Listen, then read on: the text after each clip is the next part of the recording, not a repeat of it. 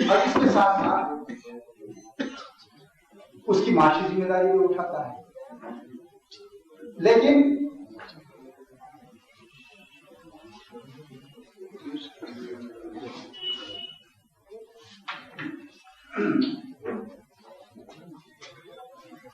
میں عرض کر رہا تھا کہ اسلامی قانون کے لحاظ سے اولاد باپ کی سمجھی جاتی ہے،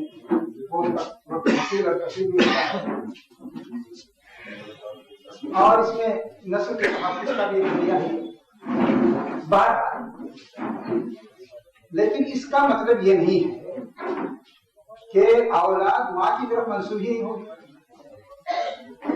قانونی بات اور ہے لیکن اولاد بہرحال ماں کی طرف ہی منسوب ہوگی. یہ کہنے کا حق ہے کہ بھائی یہ فلاں کی اولاد ہے، قانونی بات بھی ہوگی، اسے غلط نہیں کرتے.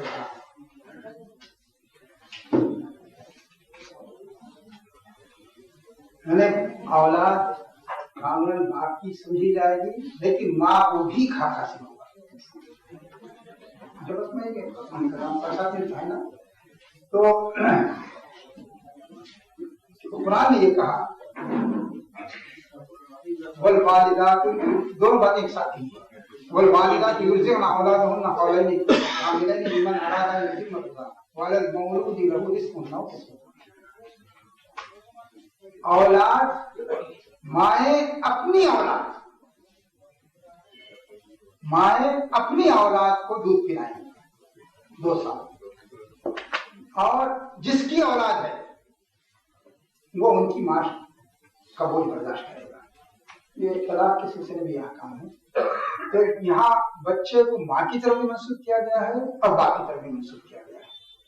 اس کی قانونی ذمہ داری بھی ہے لیکن بہرحال دینی حصے سے ماں کو بھی اس کا حق ہے. قرآن مجید میں عمران کی بیوی جو حضرت مریم کی والدہ تھی ان کی نظر کا ذریعہ ہے.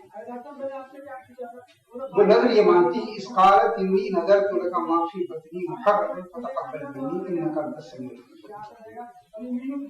انہوں نے کہا ہے اللہ میں نے نظر مانی ہے کہ جو اولاد پیدا ہوگی وہ تیرے دین کے لیے وقف ہوگی، تو اسے قبول کر.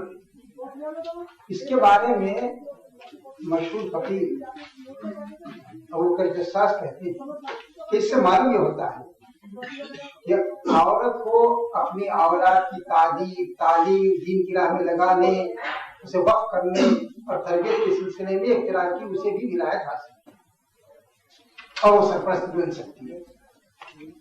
اور اس کے بعد کہتے ہیں کہ قرآن نے مزید یہ کہا وَإِنِّي سَمَّيْتُهَا مَرْيَمَ. اس کا مطلب یہ ہے کہ اگر باپ نے نام نہیں لکھا یا باپ نے سفر پہ ہے تو ماں اس کا نام بھی تجویز کر سکتی ہے، اس نام کو غلط نہیں کہا جائے.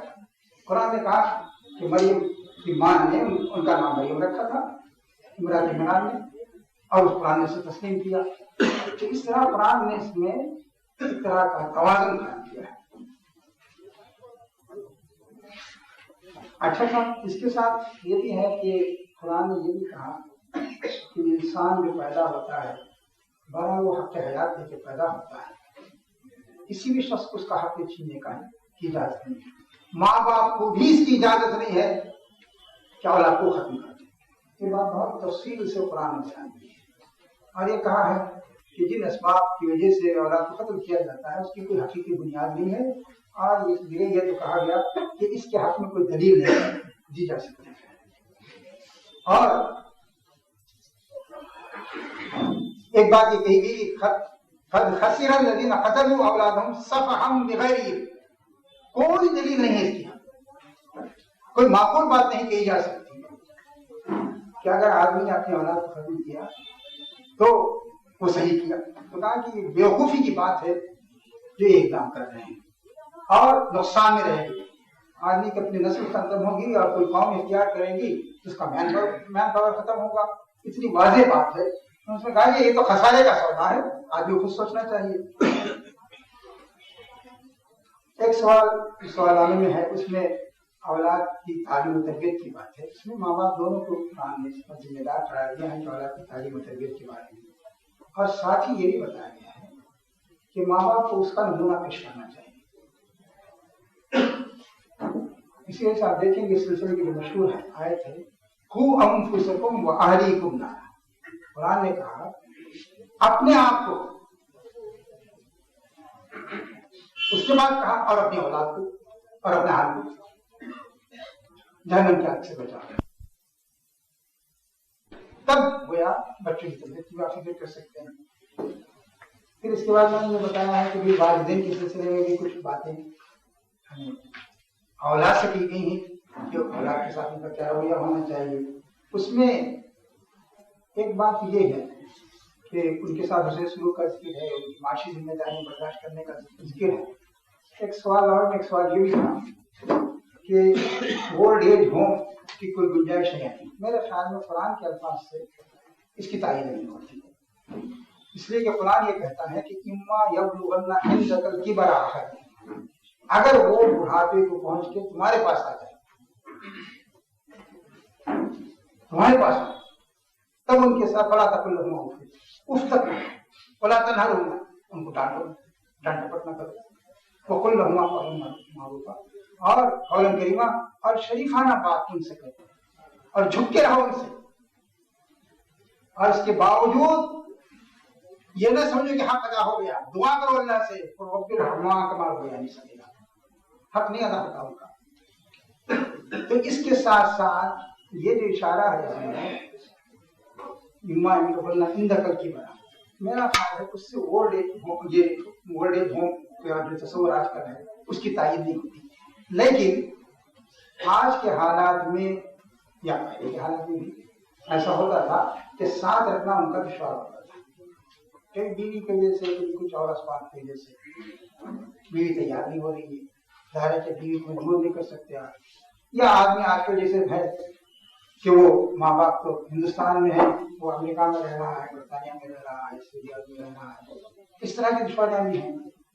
تو اس میں قرآن کا منشا یہ معلوم ہوتا ہے کہ ان کی مادی ضروریات کے ساتھ ساتھ ان کی دل جوئی کا بھی کوئی انتظام ہونا چاہیے. اب اس کے لیے آدمی کیا طریقہ اختیار کرے اس کا تعین تو نہیں کیا جا سکتا، لیکن آدمی خود سوچ سکتا ہے کہ سر جو سمجھتا ہے بڑھاپے میں کہ میری اولاد غائب ہے، میں دیکھ نہیں پا رہا ہوں، میں مر جاؤں گا تب بھی وہ حاضر نہیں ہوگا، یہ جو اس کی کیفیت رہتی ہے اس کیفیت سے بچانے کی بہرحال کوشش کرنی چاہیے. بہرحال اس کے ساتھ ساتھ ماں باپ بیوی بچوں سے ہٹ کر اسلام نے پورے خاندان کے بارے میں کہا کہ ان کے ساتھ خونی رشتوں کا کبھی احترام کرنا چاہیے، اتقوا اللہ الذی تساءلون بہ والارحام. اور یہ بھی کہا گیا یہ صرف نصیحت نہیں ہے، وآت ذی القربى حقہ والمسکین وابن السبیل ولا تبذر تبذیرا. اس میں بڑی اہم بات بتائی گئی ہے کہ پیسے کو الگ تلے اڑاؤ گے تو قرابت داروں کا اور دوسروں کا حق ادا نہیں ہوگا. یہ حق اس وقت ادا ہوگا جب کہ تم اپنے پیسے پر کنٹرول کرو گے اور سمجھو گے کہ ان کا حق ہے. محترم ساتھیوں، دوستوں اور